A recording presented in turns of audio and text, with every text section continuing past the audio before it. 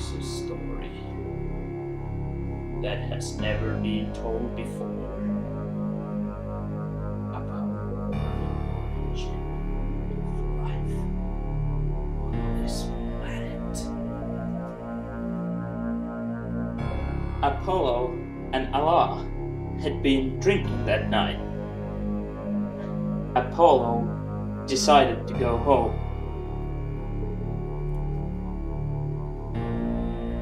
As he came home, he went into the shower. He showered for some time, but then he dropped the soap and slipped on it. And he landed on a fish that would be later known as a flounder. Yahweh Elohim, who was a stoner and loved sculpting, was mad at Zeus and Odin, for they had kicked his ass in poker the previous night. He was sure they had cheated, but he couldn't prove it. He was so mad that he kicked away part of India and called it Australia. He decided it would be the most horrible part of the whole world, like a prison on this planet. He sculpted only venomous animals and gave them life. He was smoking cannabis while he was at it and created only ugly creatures he didn't fancy. The next morning, he woke up besides a platypus. After a while, the gods reconciled and decided they needed someone to guard and help their drunken creations, and the ones they had made completely high. So they decided that it was time to create a man. The first model was an ape-like creature, but it quickly died out because, well, Odin dropped Thor's hammer on its tail. The poor creature, had no eyes, and the pain made it run off a cliff.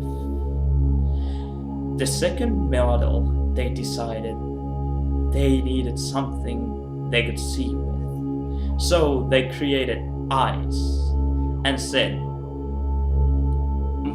asked Zeus to create the connection between the eyes and the brain. Well, Zeus was in a hurry. He wanted to catch the poker game with his friends, so he kinda fiddled around and connected the wires so that the creature kinda saw upside down, and that led to the extinction of the second man. They asked Odin for help, for he had dabbled into codes and computers, so they trusted him to create a program that would convert the vision from upside down to right side up. Well, that worked pretty well, except that he never was really an accurate man, Odin that is, and he kind of programmed it so that sometimes a few buggy units would appear that were blind or colorblind. But they were pretty happy with this result and they decided, we're going to keep this. But then Allah came completely drunk and he said, "Oh, come on guys, can't you see they have no color on them?" He was of course right, Because Allah was a avid painter, and he loved painting walls and the sky and everything else. So they decided to give the paint job to him, and he took it with enthusiasm, though he really hadn't prepared well, so he kept running out of paints. And he just switched to another one, and finally he ran completely out and decided, okay, the last ones may be white. And thus man was completely ready.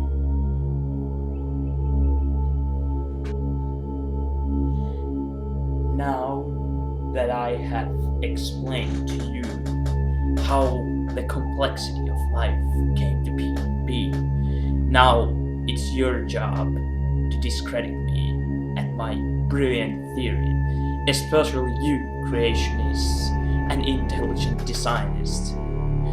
You need to conquer my theory.